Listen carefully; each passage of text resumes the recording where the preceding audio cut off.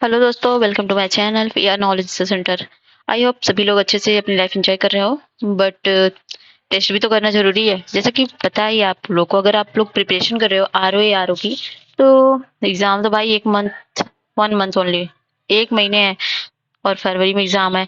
तो अभी आपका रिवीजन जो करना है करिए, फटाफट बहुत सारे रिवीजन करिए, साथ ही साथ टेस्ट करिए जो कि हम आपको करवा रहे हैं। ठीक है, तो हमने बहुत सारे टेस्ट करवा रखे हैं जीएस के, और बहुत सारे कोचिंग के टेस्ट करवा रखे हैं, दे आईएएस करवाए हैं, जीएस करवाए हैं। और ये है आर ओ का डिकोड एग्जाम का, जिसमें बहुत आंसर भी वहीं पर दिया गया है। रिवीजन के पॉइंट ऑफ से अपना नोट्स बना सकते हैं यहाँ से। ठीक है, तो पूरा आंसर भी दिया है, क्वेश्चन भी दिया है, तो बहुत ही अच्छा है ये। तो इसके लगभग हम बहुत सारे टेस्ट, डेली 2 टेस्ट करवाएंगे इसके, मतलब समझ लीजिए 1 महीना एग्जाम है तो आप लोग को 60 टेस्ट तो डन है, ये हम करवा ही करवा देंगे।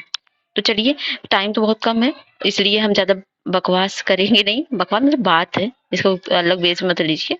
तो बात ज्यादा नहीं करेंगे, क्योंकि हम आपकी टाइम की कीमत को समझते हैं। तो टाइम की कीमत को समझते हुए हम स्टार्ट करते हैं अपना टेस्ट। लेकिन स्टार्ट करने से पहले बस ये छोटा सा ही तो रिक्वेस्ट है कि चैनल को सब्सक्राइब और लाइक शेयर जरूर कर दें, प्लीज प्लीज प्लीज। ओके, तो लेट्स स्टार्ट। तो चलिए हम अपना टेस्ट स्टार्ट करते हैं। सामान्य अध्ययन, ये क्वेश्चन है जो कि पॉलिटी का, इस पे मत जाइए, हम टेस्ट नंबर करवा रहे हैं। तो ये टेस्ट पॉलिटी का टेस्ट 2 है। तो एक टेस्ट जो था आपका, ये आपका है तीसरा टेस्ट। तो इसके बाद जो टेस्ट आएगा पॉलिटी का आएगा। तो नेक्स्ट है, क्या है पहला क्वेश्चन, भारत के उपराष्ट्रपति का चुनाव किस तरह होता है? पहला है राष्ट्रीय स्तर पर सीधे चुनाव से, राष्ट्रपति द्वारा मनोनयन से, या तीसरी है लोकसभा के सांसद विधानसभा के विधायकों से सीधे चुनाव द्वारा, या डी है लोकसभा और राज्यसभा के सांसदों द्वारा सीधे चुनाव से। तो गली से थोड़ी आवाज जा रही होगी आपकी, थोड़ा मैनेज करिएगा, क्योंकि टाइम तो भाई है नहीं, अब थोड़ा साउंड वहां पर है, तो सॉरी फॉर दैट।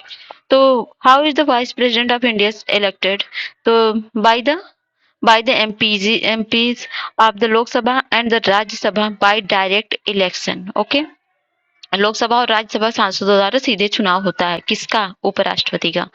ठीक है, तो अनुच्छेद किसमें दिया है? 66 के अंतर्गत उपराष्ट्रपति का निर्वाचन संसद के दोनों सदन मिल करके बनने वाले निर्वाचन गण के सदस्यों द्वारा अनुपातिक प्रतिनिधित्व पद्धति के अनुसार एकल संक्रमणीय मत द्वारा होता है।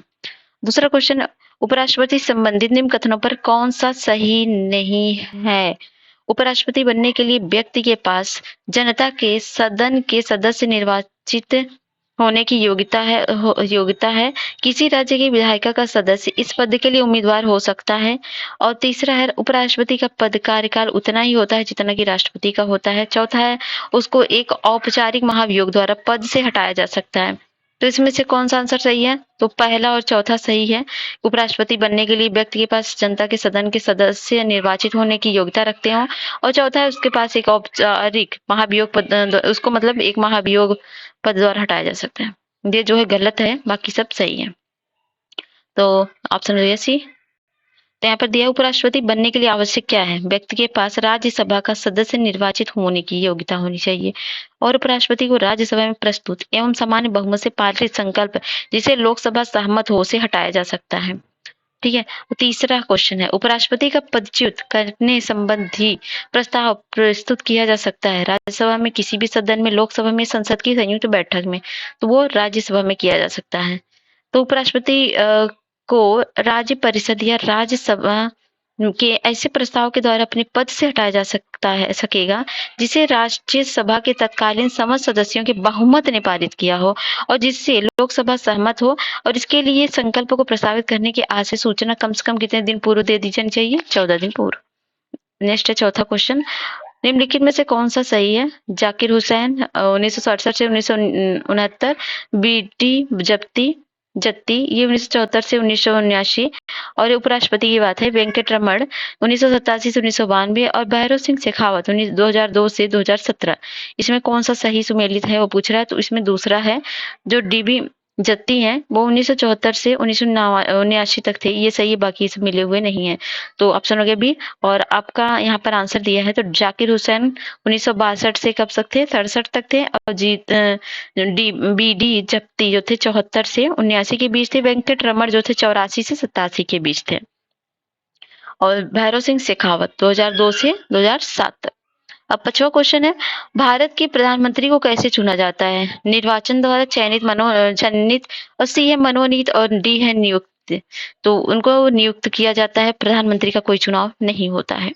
अनुच्छेद 74 के अनुसार राष्ट्रपति की सहायता और सलाह के लिए मंत्रिपरिषद होगी, जिसका प्रधान प्रधानमंत्री होगा। वह अनिवार्यतः ऐसे व्यक्ति को प्रधानमंत्री नियुक्त करता है जो उस दल का नेता है जिसका लोकसभा में बहुमत, या ऐसा व्यक्ति जो अन्य राजनीतिक दलों का समर्थन प्राप्त करके लोकसभा के विश्वास को जीत लेता है। जवाहरलाल नेहरू, शांतिवन, लाल बहादुर शास्त्री कौन सा इसमें सम्मिलित नहीं है? इंदिरा गांधी शक्ति स्थल और राजीव गांधी कर्मभूमि। तो राजीव गांधी सम्मिलित नहीं है, राजीव गांधी का कर्मभूमि नहीं वीर भूमि होता है। यहाँ पर दिया है राजीव गांधी वीर भूमि, शंकर दयाल कर्मभूमि। 7वां है council of scientific and industrial research के अध्यक्ष कौन है? राष्ट्रपति, प्रधानमंत्री, गृह उप राष्ट्रपति या गृह मंत्री? तो उसके होते हैं प्राइम मिनिस्टर। ठीक है। वैज्ञानिक एवं औद्योगिक अनुसंधान परिषद के अध्यक्ष भारत के प्रधानमंत्री होते हैं। 8वां है मंत्रिपरिषद सामूहिक रूप से निम्न में से किसके प्रति उत्तरदायी होती है? प्रधानमंत्री के, राष्ट्रपति के, राज्यसभा के, लोकसभा के। तो वो लोकसभा के प्रति सामूहिक रूप से उत्तरदायी होती है। अनुच्छेद 75 के अनुसार मंत्रिपरिषद लोकसभा के प्रति सामूहिक रूप से उत्तरदायी होती है। 9वां है लोकसभा में मंत्रिपरिषद के विरुद्ध अविश्वास प्रस्ताव लाने हेतु न्यूनतम सदस्य संख्या कितनी होनी चाहिए? तो 50 होनी चाहिए। लोकसभा की प्रक्रिया संचालन संबंधी नियमों के तहत मंत्रिपरिषद के विरुद्ध अविश्वास प्रस्ताव लाने के लिए लोकसभा के कम से कम 50 सदस्यों का समर्थन होना चाहिए। 10वां है स्वतंत्र भारत के प्रथम वित्त मंत्री थे जान मथाई, कृष्णमाचारी, गुलजारी लाल नंदा, या डी है आर.के. खड़मुखम चेट्टी। तो मतलब षणमुखम चट्टी। तो कौन थे? वो थे यही आर.के. षणमुखम चट्टी। नेक्स्ट है निम्नलिखित में से एक से अधिक बार प्रधानमंत्री नियुक्त हुए कौन? जवाहरलाल नेहरू, लाल बहादुर शास्त्री, गुलजारी लाल नंदा, इंदिरा गांधी या अटल बिहारी वाजपेयी। तो इसमें से जो हुए हैं वो हुए हैं कौन कौन? जवाहरलाल नेहरू हुए हैं। यहाँ क्वेश्चन देख लेते हैं। जवाहरलाल नेहरू और लाल बहादुर शास्त्री तो नहीं हुए, एक ही बार हुए हैं। गुलजारी लाल नंदा ये हुए हैं, इंदिरा गांधी भी हुई, अटल बिहारी वाजपेयी। तो ऑप्शन हो गया डी। तो यहाँ पर टाइम पीरियड दिया गया है। इंदिरा गांधी जो थी 1964 तक, श्रीमती इंदिरा गांधी 24 जनवरी, कौन थे? जवाहरलाल नेहरू 47 से 64 तक थे। इंदिरा गांधी 66 से 77 तक थी। फिर वो थी 80 से 84 तक, और अटल बिहारी वाजपेयी 96 से 98 थे, फिर 2004 तक। गुलजारी लाल नंदा जो थे वो 64 से जून 64 से मतलब मई 27 मई 1964 से जून 1964 तक थे। फिर कार्यकारी प्रधानमंत्री रहे और पुनः 11 जून 1966 से 24 जनवरी 1966 तक कार्यकारी प्रधानमंत्री रहे। 12वां है संविधान में मंत्रिमंडल शब्द का एक ही बार प्रयोग हुआ कौन से अनुच्छेद में? 349, 351, 352, 350। तो हुआ 352 क्लॉज 1 में। अगला है 13वां उदारीकरण, निजीकरण, भूमंडलीकरण की नई आर्थिक नीति की घोषणा की गई। वह किस प्रधानमंत्री के कार्यकाल में हुआ था? राजीव गांधी, अटल बिहारी वाजपेयी, नरसिम्हा राव या विश्वनाथ प्रताप। तो वो हुआ था नरसिम्हा राव के टाइम में। 1991 के तत्कालीन प्रधानमंत्री नरसिम्हा राव ने नई औद्योगिक नीति की घोषणा की। इसके द्वारा किए गए आर्थिक सुधारों में उदारीकरण, निजीकरण, भूमंडलीकरण तथा बाजारीकरण की नीति अपनाई गई। 14वां है निम्नलिखित संविधान संशोधनों में से कौन सा एक बताता है कि मंत्रिमंडल में कुल मंत्रियों की संख्या प्रधानमंत्री को सम्मिलित करते हुए लोकसभा के सदस्यों की कुल संख्या से 15% से अधिक नहीं होगी? तो वह था 91वां संविधान संशोधन।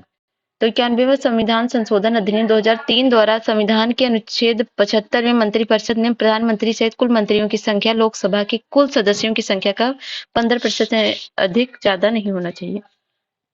15वां है कथन है कारण है भारत संघ में मंत्रिपरिषद संयुक्त रूप से लोकसभा और राज्यसभा दोनों के प्रति उत्तरदायी होती है। तो पहले ही गलत है। लोकसभा और राज्यसभा दोनों के सदस्य संघीय सरकार में मंत्री बनने के लिए पात्रता रखते हैं। तो एक तो गलत है, दूसरा आर सही है। तो ऑप्शन हो गया डी।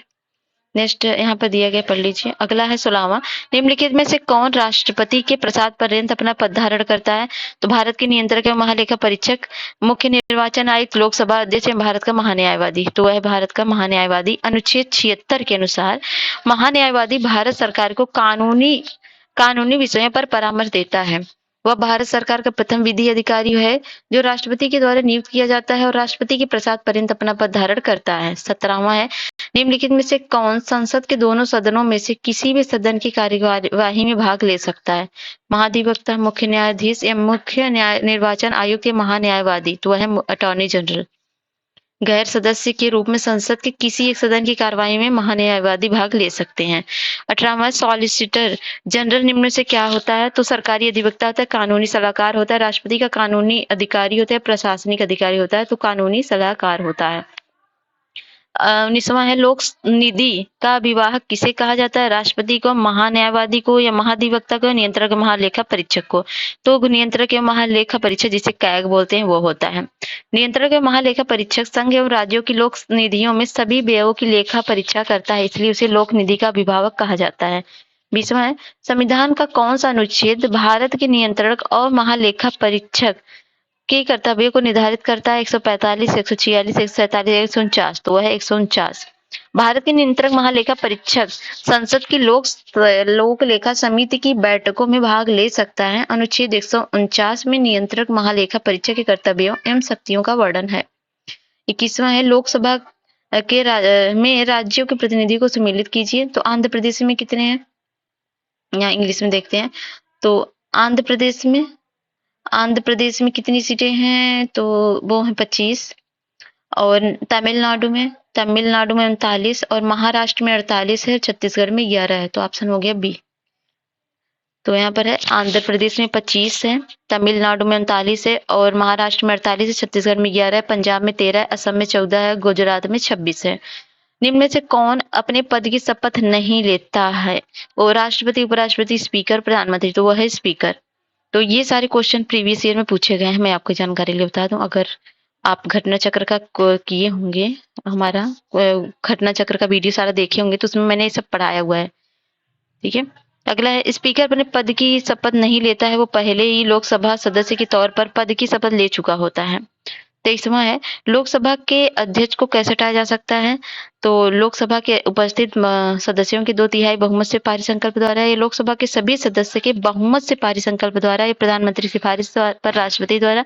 इनमें से कोई नहीं। तो उसका आंसर हो जाएगा लोकसभा के सभी सदस्यों के पारित बहुमत के द्वारा। ये दिया है अनुच्छेद 94 के अनुसार लोकसभा के तत्कालीन सभी सदस्य बहुमत से पारित संकल्प के द्वारा लोकसभा अध्यक्ष को पद से हटा सकते हैं, किंतु ऐसा संकल्प तब प्रस्तावित नहीं किया जा सकेगा जब इस आशय से कम 14 दिन पूर्व लिखित सूचना न दी गई हो।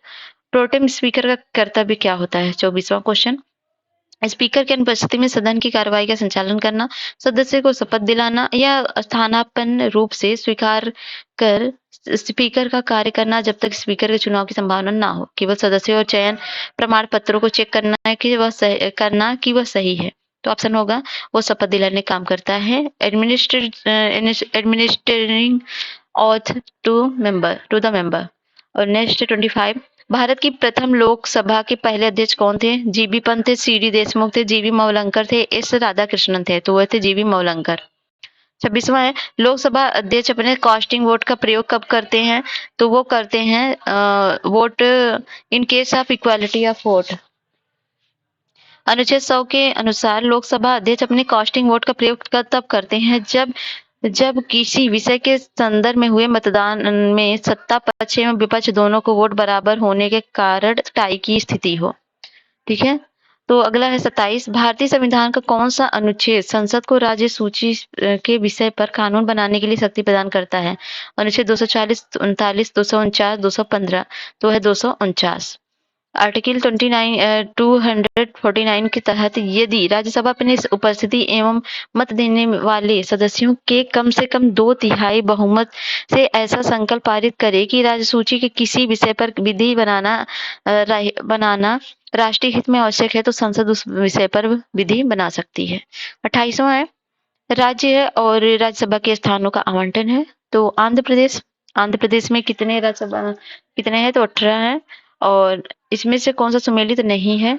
तो 18 से। तो आंध्र प्रदेश में 18 नहीं है, आंध्र प्रदेश में 11 है, पहले 18 था, तो ये 11 हो जाएगा। उड़ीसा में 10 है, तमिलनाडु में 18 है, महाराष्ट्र में 19 है। ठीक है। आंध्र प्रदेश में 11 सीटें हैं, नेक्स्ट है 29। राज्यसभा का पदेन सभापति होता है राष्ट्रपति, अध्यक्ष, उपराष्ट्रपति या स्पीकर, तो वो होता है उपराष्ट्रपति। राज्यसभा का पदेन सभापति उपराष्ट्रपति होता है और वो राज्यसभा का सदस्य नहीं होता है, परंतु उसका निर्वाचन संसद के दोनों सदनों के सदस्यों द्वारा जरूर होता है।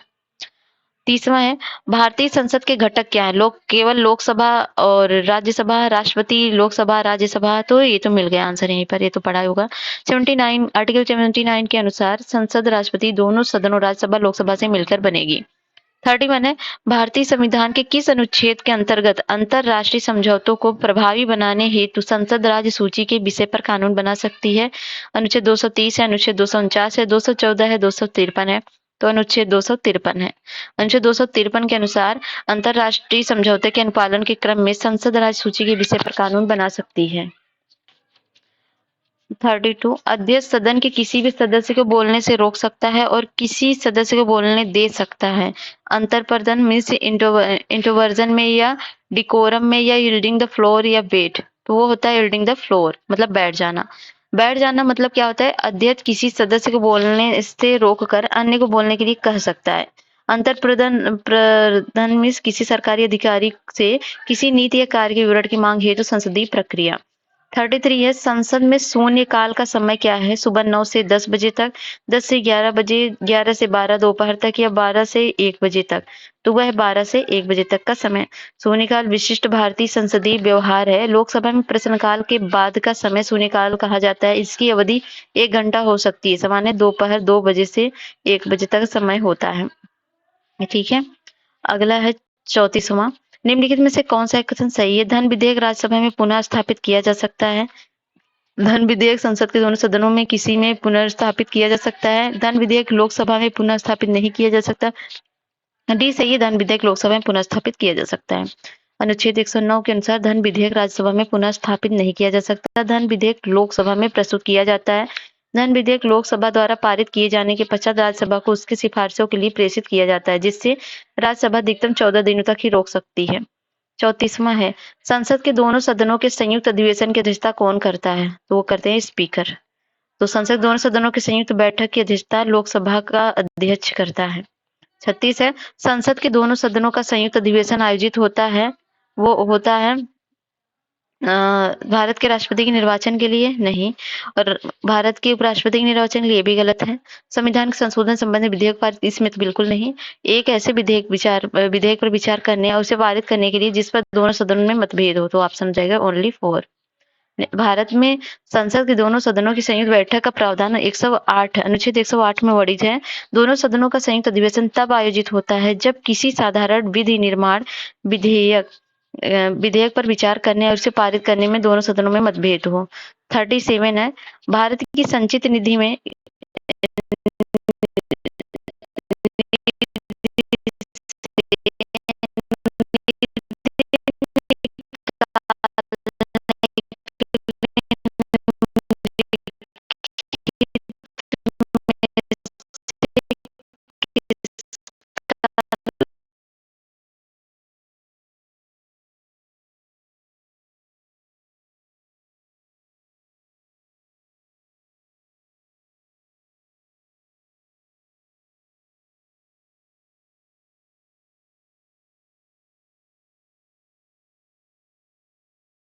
बजट पर चर्चा, लेखन, अनुदान, विनियोग विधेयक को पारित करना, वित्त विधेयक को पारित करना, तो इसका आंसर होगा बी 1 2 4 5।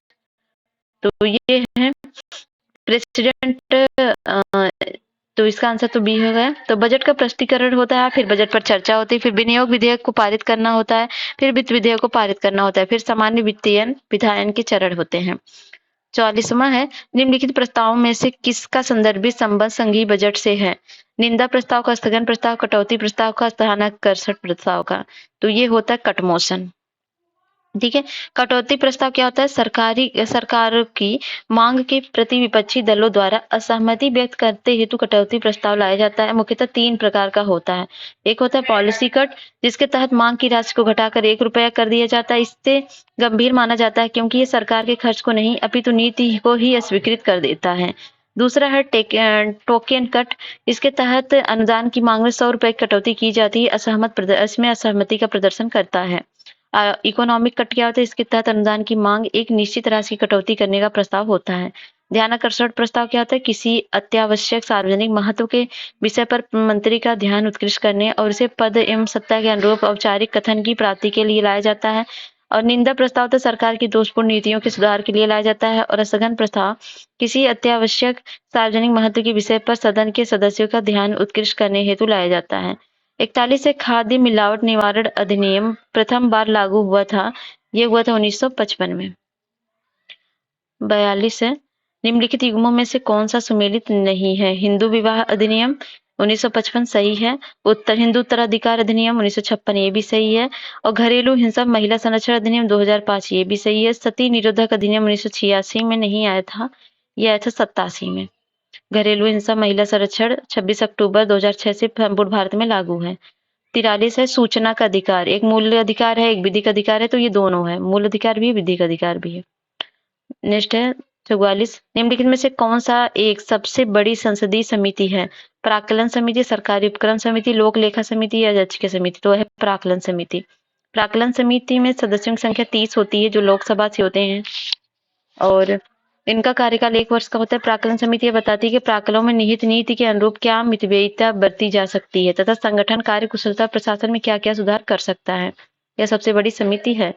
45 से भारत के उच्चतम न्यायालय में न्यायाधीशों की संख्या में वृद्धि करने की शक्ति निहित है। राष्ट्रपति, संसद, भारत का मुख्य न्यायमूर्ति या प्रधानमंत्री तो संसद में निहित है। संसद भारत के उच्चतम न्यायालय के न्यायाधीशों की संख्या में वृद्धि करने के लिए शक्ति निहित रखता है। 46 से सेवानिवृत्त होने के पश्चात सर्वोच्च न्यायालय के न्यायाधीश वकालत कर सकते हैं केवल सर्वोच्च न्यायालय में, केवल उच्च न्यायालय में, सर्वोच्च न्यायालय तथा उच्च न्यायालय में किसी भी न्यायालय में नहीं। तो ये नॉट इन एनी कोर्ट। और 43 है, भारत के कार्यवाहक मुख्य न्यायाधीश की नियुक्ति कौन करता है? तो भारत का मुख्य न्यायाधीश करता है। भारत के मुख्य न्यायाधीश के परामर्श से राष्ट्रपति करते हैं या राष्ट्रपति? तो राष्ट्रपति करते हैं। अनुच्छेद 126 के अनुसार सर्वोच्च न्यायालय के कार्यवाहक मुख्य न्यायाधीश की नियुक्ति राष्ट्रपति द्वारा की जाती है। ऐसा तब होता है जब मुख्य न्यायाधीश का पद रिक्त हो अथवा अपने कर्तव्य का निर्वहन करने में असमर्थ हो। 48 है, केंद्र और राज्यों के बीच होने वाले विवादों का निर्णय करने की भारत के उच्चतम न्यायालय की शक्ति किसके अंतर्गत आती है? परामर्श अधिकारी, मूल अधिकारिता या अपीलीय अधिकारिता या रिट अधिकारिता? तो ये जो आती है ये हो जाएगी ओरिजिनल ज्यूरिडिक्शंस में। अनुच्छेद 131 के अंतर्गत केंद्र और राज्यों के बीच होने वाले विवादों का निर्णय करने के लिए भारत के उच्चतम न्यायालय की शक्ति मूल अधिकारिता के अंतर्गत आती है। 49 है, भारत में न्यायिक पुनर्विलोकन की शक्ति का प्रयोग किसके द्वारा किया जाता है? केवल उच्च न्यायालय द्वारा, अधीनस्थ न्यायालय द्वारा, सर्वोच्च न्यायालय तथा उच्च न्यायालय द्वारा, केवल सर्वोच्च न्यायालय द्वारा? तो सर्वोच्च न्यायालय तथा उच्च न्यायालय द्वारा किया जाता है। नेक्स्ट है 50, भारतीय संविधान का संरक्षक किसे कहा जाता है? संसद, राष्ट्रपति, मंत्रिपरिषद या सर्वोच्च न्यायालय? तो सर्वोच्च न्यायालय, सुप्रीम कोर्ट को कहा जाता है। 51 है, भारतीय न्यायिक व्यवस्था में जब जनहित याचिका को शामिल किया गया उस समय भारत के मुख्य न्यायाधीश कौन थे? तो कौन थे? M Hidayatullah, M A Ahmadi, P N Bhagwati, S Anand. तो वो थे पी एन भगवती। भारतीय न्यायिक व्यवस्था में सर्वोच्च न्यायालय की पहल पर जनहित याचिका की शुरुआत हुई। इसके तहत नागरिक समाज का कोई व्यक्ति या समूह जनहित के मामलों में न्यायिक उपचार प्राप्त करने हेतु न्यायालय की शरण ले सकता है।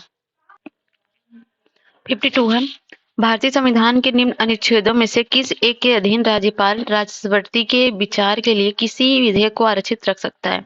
अनुच्छेद 169, अनुच्छेद 179, 89, अनुच्छेद 165, अनुच्छेद 200। तो है अनुच्छेद 200। अनुच्छेद 200 के अंतर्गत राज्य विधानमंडल के दोनों सदनों से पारित विधेयक राज्यपाल के समक्ष प्रस्तुत किए जाने पर राज्यपाल उस पर अपनी सहमति देने या रोकने के अतिरिक्त विधेयक को राष्ट्रपति की विचारार्थ आरक्षित रख सकता है। 53 है, भारत के संविधान में निम्न में से किसके विरुद्ध अभियोग चलाने का प्रावधान नहीं है?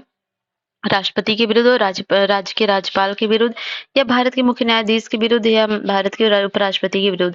तो विरुद्ध अभियोग जो है आप केवल राज्यपाल के लिए नहीं चला सकते हैं, मतलब अगेंस्ट गवर्नर ऑफ स्टेट। 54 है, निम्नलिखित अनुच्छेद राज्यपाल को अध्यादेश जारी करने की शक्ति प्रदान करता है? अनुच्छेद 143, अनुच्छेद 132, अनुच्छेद 208, अनुच्छेद 213। तो ये आर्टिकल है अनुच्छेद 123। अनुच्छेद 200 सॉरी 213 है, 123 मुझे उल्टा ही दिख रहा है। ठीक है, तो अनुच्छेद 213 के अनुसार उस समय को छोड़कर किसी राज्य की विधानसभा सत्र में या विधान परिषद वाले राज्य में विधानमंडल के दोनों सदन सत्र में किसी भी समय राज्यपाल को लगता है कि ऐसी परिस्थितियां विद्यमान हैं जिसके कारण तुरंत कार्रवाई आवश्यक है, तो वह अध्यादेश प्रख्यापित कर सकता है। तो राष्ट्रपति करता है 123 के अंतर्गत, और ये करता है उसका उल्टा। 55 है, अध्यादेश जारी करने की बात कर रही हूँ। भारत संविधान के अनुसार राज्यों की विधायिका में सम्मिलित है विधान परिषद एवं राज्यपाल, विधान परिषद में विधान परिषद, विधानसभा एवं विधान परिषद, विधानसभा एवं राज्यपाल, और चौथा है राज्यपाल, विधानसभा एवं विधान परिषद तथा इसका अस्तित्व। तो इसका आंसर होगा 1 2, विधान परिषद एवं विधानसभा और विधान परिषद एवं राज्यपाल। नेक्स्ट है, तो अनुच्छेद 168 के अनुसार राज्यों की विधायिका में शामिल है राज्यपाल, विधानसभा, विधान परिषद। और 56 है, राज्य विधान परिषद की संरचना का प्रावधान किस अनुच्छेद में किया गया है? तो 170, 171, 172 या 173। तो वह है 171 में। राज्य विधान परिषद की संरचना का प्रावधान 171 में किया गया है। राज्य की विधान परिषद के सदस्यों की कुल संख्या उस राज्य की विधानसभा के सदस्यों की कुल संख्या के 1/3 से अधिक नहीं होगी, परंतु किसी की विधान परिषद के सदस्यों की संख्या किसी भी दशा में 40 से कम नहीं होगी। 57 है, भारतीय संविधान के निम्नलिखित में से किस अनुच्छेद के अंतर्गत विधानसभा को विधान परिषद का सृजन करने के लिए प्रस्ताव पास करने की इजाजत मिलती है? ए है अनुच्छेद 168, 169 और 170 या 171। तो वो है 169। अनुच्छेद 169 के अनुसार विधान परिषद की स्थापना या विघटन संसद तब कर सकती है जब संबंधित राज्य की विधानसभा इस आशय का संकल्प सदन की कुल सदस्य संख्या के बहुमत एवं उपस्थिति मत देने वाले सदस्यों के 2/3 बहुमत से पारित कर दे तब। ठीक है, 58 है, भारतीय संविधान के अनुच्छेद 170 के अनुसार किसी राज्य की विधानसभा के सदस्यों की न्यूनतम तथा अधिकतम संख्या हो सकती है 60 और 500, मिनिमम 60 और अधिकतम 500। तो अनुच्छेद 170 के अनुसार किसी राज्य की विधानसभा के सदस्यों की अधिकतम संख्या 500 और न्यूनतम संख्या 60 हो सकती है। 371 के तहत विशेष इसे मतलब स्पेशल स्टेटस कुछ राज्य इसके प्रावधान के उपवाद हैं, जैसे सिक्किम में 32 है, मिजोरम में 40 है, गोवा में 40 है, पुडुचेरी में 30 है। और देश के उत्तर प्रदेश विधानसभा की सदस्य संख्या 403 सबसे अधिक तथा सिक्किम विधानसभा की सदस्य संख्या 32 सबसे कम है। 59, निम्नलिखित में से किस राज्य में विधायिका का दूसरा सदन नहीं है? बिहार, कर्नाटक, महाराष्ट्र, तमिलनाडु। तो तमिलनाडु में नहीं है, बाकी सब जगह है। वर्तमान में 6 राज्यों आंध्र प्रदेश, बिहार, महाराष्ट्र, कर्नाटक, तेलंगाना और उत्तर प्रदेश में द्विसदनीय व्यवस्था विधायिका अस्तित्व में है। 60 है, राज्य विधान परिषद के विषय में क्या सही है? ये एक अस्थायी सदन है, 1/6 सदस्य विधानसभा द्वारा निर्वाचित है, यह भंग किया जा सकता है, इसके सदस्यों का कार्यकाल 6 वर्ष होता है। जिसका सही जो आंसर हो जाएगा वो पहला और चौथा, मतलब एक अस्थायी सदन है और इसके सदस्यों का जो कार्यकाल होता है 6 वर्ष होता है। और नेक्स्ट है 61, भारत में कौन एकमात्र राज्य है जहां कॉमन सिविल कोड लागू है? तो वह है गोवा, मतलब यूनिफॉर्म सिविल कोड की बात हो रही है। 62 है, राज्य की संचित निधि का संचालन किया जाता है तो किसके द्वारा? तो राज्यपाल, मुख्यमंत्री, वित्त मंत्री। तो नन ऑफ द अबव, इनमें से कोई सीक्वेंस से नहीं। राज्य की संचित निधि का संचालन राज्य विधानमंडल द्वारा किया जाता है। 63 है, उच्च न्यायालय के न्यायमूर्ति की सेवानिवृत्ति की आयु क्या है? 65 है, 60 है, 62 है, 63 है। तो वो जो है वो है 62। उच्च न्यायालय की 62 है और उच्चतम न्यायालय की 65 है। उच्च न्यायालय के न्यायमूर्ति की सेवानिवृत्ति की आयु 62 वर्ष है। निम्नलिखित में से किसके मामले में उच्च न्यायालय और उच्चतम न्यायालय दोनों की अधिकारिता में आते हैं? तो पता होगा, मूल अधिकारों के संरक्षण के लिए आर्टिकल 226 हाई कोर्ट और 32 सुप्रीम कोर्ट। नेक्स्ट है, एक उच्च न्यायालय का न्यायाधीश अपना त्याग पत्र संबोधित करता है राष्ट्रपति को, भारत के मुख्य न्यायाधीश को, उच्च न्यायालय के मुख्य न्यायाधीश को या राज्यपाल को? तो राष्ट्रपति को देता है। उच्च न्यायालय का न्यायाधीश राष्ट्रपति को संबोधित करते हुए हस्ताक्षर युक्त पत्र द्वारा अपना पदत्याग करता है। उसे सिद्ध कदाचार या समर्थनता के आधार पर संसद के दोनों सदनों द्वारा अलग अलग अपने कुल बहुमत तथा उपस्थित एवं मतदान करने वाले सदस्यों की 2/3 बहुमत द्वारा पारित प्रस्ताव से राष्ट्रपति द्वारा पद मुक्त किया जा सकता है। 66 है, भारत में चलित न्यायालय किसका मानस पुत्र है? तो वह है न्यायमूर्ति भगवती का, राजीव गांधी का, डॉक्टर एपीजे अब्दुल कलाम या प्रतिभा पाटिल? तो डॉक्टर एपीजे अब्दुल कलाम। इसका उद्देश्य सुदूर एवं पिछड़े इलाकों तक न्यायिक व्यवस्था का लाभ पहुंचाना है। सर्वप्रथम भूतपूर्व राष्ट्रपति एपीजे कलाम ने यह की थी। 67 है 67 भारत के संविधान में किस अनुच्छेद में करों को केंद्र द्वारा लगाया तथा एकत्रित किया जाता है, लेकिन केंद्र और राज्य के बीच वितरित किया जाता है? तो वह कौन सा आर्टिकल है? वो है आर्टिकल 270 270। अनुच्छेद 270 के तहत करों को केंद्र द्वारा लगाया तथा एकत्रित किया जाता है, लेकिन केंद्र और राज्यों के बीच वितरित किया जाता है। 68 है सरकारी आयोग की सिफारिशों का संबंध किससे? वित्त वितरण से, संसदीय कानून से, योजना आयोग से, केंद्र और राज्यों के पारस्परिक संबंधों से है। तो mutual relation between the centre and state. Next है 69। किस अनुच्छेद के अंतर्गत भारत सरकार का दायित्व है कि वो बाह्य आक्रमण एवं आंतरिक अशांति से राज्यों की रक्षा करे? तो वह है आर्टिकल 355। अनुच्छेद 355 संघ का यह कर्तव्य है कि बाह्य आक्रमण और आंतरिक अशांति से प्रत्येक राज्य की रक्षा करे। अनुच्छेद 356 में यदि राष्ट्रपति का किसी राज्य के राज्यपाल से प्रतिवेदन मिलने या अन्यथा यह समाधान न हो जाता कि ऐसी स्थिति उत्पन्न हो गई जिससे राज्य का शासन इन संविधान उपबंधों के अनुसार नहीं चलाया जा सकता, तो राष्ट्रपति इस अनुच्छेद का प्रयोग कर उस राज्य में राष्ट्रपति शासन लगा सकता है। 70 है निम्नलिखित में से किस अनुच्छेद के अंतर्गत भारत के राष्ट्रपति मूल अधिकारियों के कार्यान्वयन को स्थगित कर सकते हैं? और अनुच्छेद 20-21 के अतिरिक्त तो वो है अनुच्छेद 359।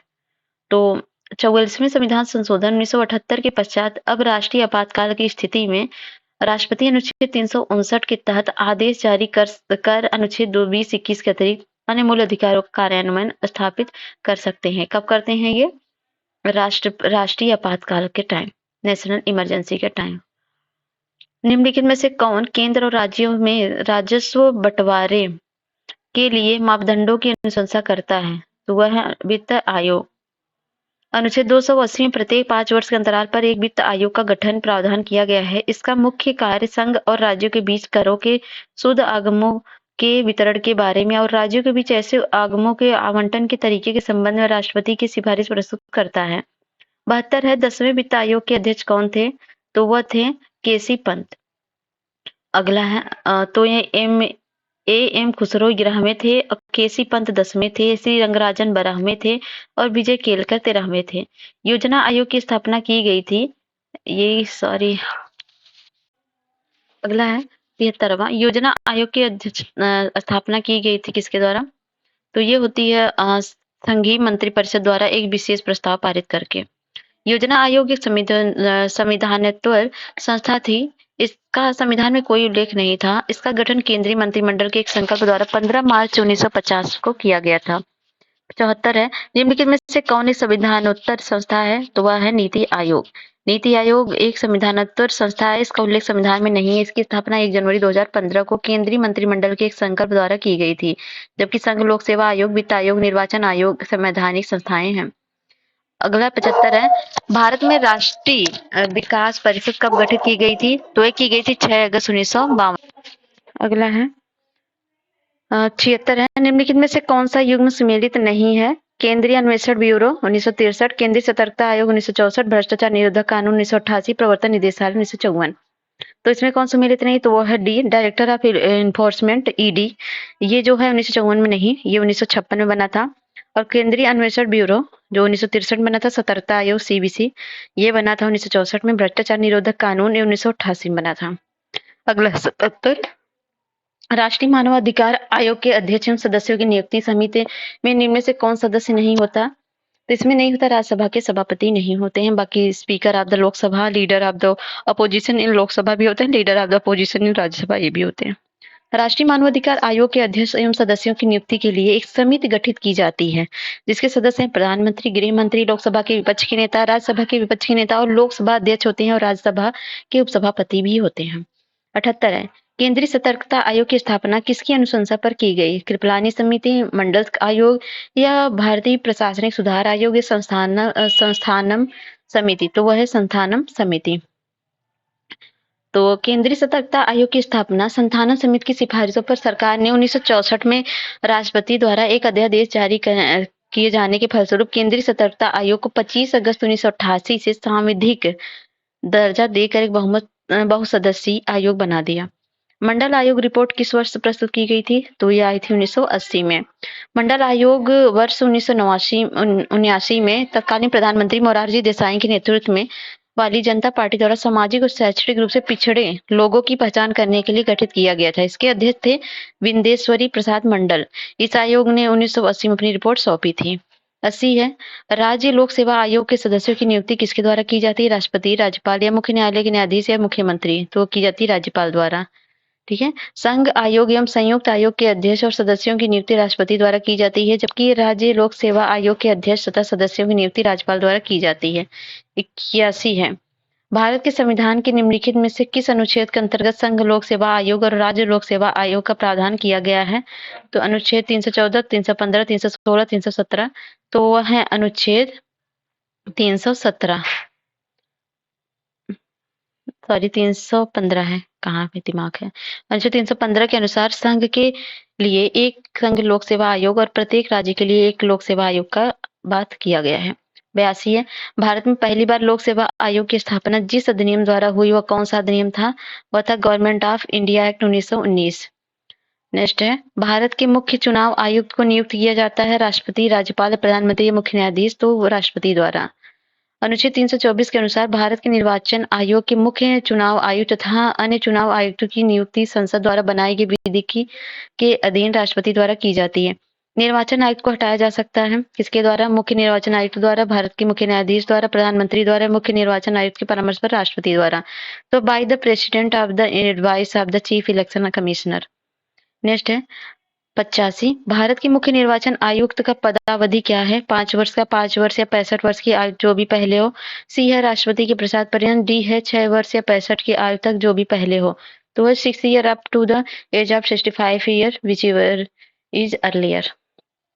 नेक्स्ट है 86, नव युवकों द्वारा 18 वर्ष की आयु पर मताधिकार का पहली बार प्रयोग किया गया था कब? 1987, 88, 89 या 90 में? तो हुआ था 1989 में। 61वें संविधान संशोधन अधिनियम 1988 द्वारा मताधिकार की आयु घटाकर 21 वर्ष से घटाकर 18 वर्ष किया गया था, जो कि 28 मार्च 1989 से प्रभावी हुआ। भारत की पहली महिला मुख्य निर्वाचन आयुक्त कौन थी? एस के Bedi, V S Rama Devi, G D दास या आर एम निगम? तो वह थी वी एस रमा देवी। भारत की प्रथम महिला मुख्य निर्वाचन आयुक्त वी एस रमा देवी 26 नवंबर 1990 से दिसंबर 1990 तक इस पद पर रही हैं। कौन थी ये? मुख्य निर्वाचन आयुक्त थी। 88 है, निर्वाचन आयोग को 3 सदस्यीय आयोग किस वर्ष बनाया गया? 1982, 87, 89, 90 में? तो बनाया गया था 89 में। भारत के निर्वाचन आयोग में मूलतः एक मुख्य निर्वाचन आयुक्त ही होता था। 16 अक्टूबर 1989 को सर्वप्रथम निर्वाचन आयोग में 2 अतिरिक्त निर्वाचन आयुक्तों की नियुक्ति की गई, परंतु 1 जनवरी 1990 तक ये पद पर रहे। 1 अक्टूबर 1993 को पुनः 2 अतिरिक्त निर्वाचन आयुक्तों की नियुक्ति की गई और तब यह आयोग 3 सदस्यीय है। तो 89 है, ये है मिलान करना है। सीपीआई, चलो यहाँ से करते हैं। सीपीआई जो था वो था 1920 में बना। सीपीएम बना कब? सीपीएम 1964 में। और डीएमके कब बना? तो ये बना 1972 में। तेलुगु देशम 1982। तो राजनीतिक दल है गठन पार्टी सीपीआई जो था 1920 में, सीपीएम जो 1964 में, और एआईएडीएमके 1972 में और तेलुगु देशम 1982 में।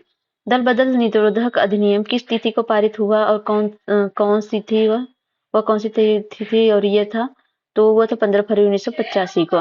दल बदल निरोधक अधिनियम 15 फरवरी 1985 को पारित किया गया। यह अधिनियम 1 मार्च 1985 से लागू संविधान में 10वीं अनुसूची को जोड़कर दल बदल रोकने का प्रावधान किया गया। 91 संविधान के किस संशोधन के अंतर्गत अन्य पिछड़ा वर्ग को शिक्षण संस्थाओं में प्रवेश हेतु 27% का आरक्षण दिया गया? तो वह था 93वां संविधान संशोधन। 93 संशोधन अधिनियम 2005 के अंतर्गत अन्य पिछड़ा वर्ग को शिक्षण संस्थाओं में प्रवेश हेतु 27% का आरक्षण दिया गया। भारतीय संविधान का 79वां संशोधन संबंधित है लोकसभा राज्य विधानसभा में अनुसूचित जातियों तथा अनुसूचित जनजातियों के आरक्षण से। 79 अमेंडमेंट जो है वो संबंधित है। तो 79 अमेंडमेंट जो है 1999 का द्वारा लोकसभा और राज्य विधानसभाओं में अनुसूचित जातियों, अनुसूचित जनजातियों में एंग्लो इंडियंस के लिए आरक्षण की अवधि को 10 वर्ष के लिए बढ़ाया गया। 93 है निम्नलिखित संविधान संशोधन में सुमेलित कीजिए। 13वां अमेंडमेंट जो था वो था नागालैंड से, और 18th जो था वो था राज्य पुनर्आयोग का। मतलब ये जो है ये है स्टेट रेडिविनेशन। और 39th जो है वो है राष्ट्रपति का, president, vice president, speaker and prime minister of the election can not be challenged. And 52 है एंटी डिफेक्शन लॉ, मतलब दल बदल कानून। तो ऑप्शन हो जाएगा ए। तो 13वां है नागालैंड से, 18वां है राज्य को पुनर्परिभाषित किया गया, और 39वां है राष्ट्रपति, उपराष्ट्रपति, स्पीकर, प्रधानमंत्री के चुनाव को चुनौती नहीं दी जा सकती है। और 52वां है दल बदल अधिनियम से। तो ये मिलान करना है कौन सी समिति कब हुई थी, तो यहाँ पर करते हैं। तो पीके थुंगन कब आया था? ये आया था 1988 में, और अशोक मेहता समिति 1977 में, और बी आर मेहता आया था 1957 में, और एल एम सिंघवी आया था 1986 में। तो ये दोनों मेहता को याद कर लीजिए। मेहता 1957 में आए थे, उसके 20 साल बाद 1977 में आए थे ये अशोक मेहता। ठीक है। और महिलाओं को पंचायत में आरक्षण भारतीय संविधान संशोधन करके दिया गया था, वह कौन सा संशोधन था? वो था 73वां संशोधन 1992।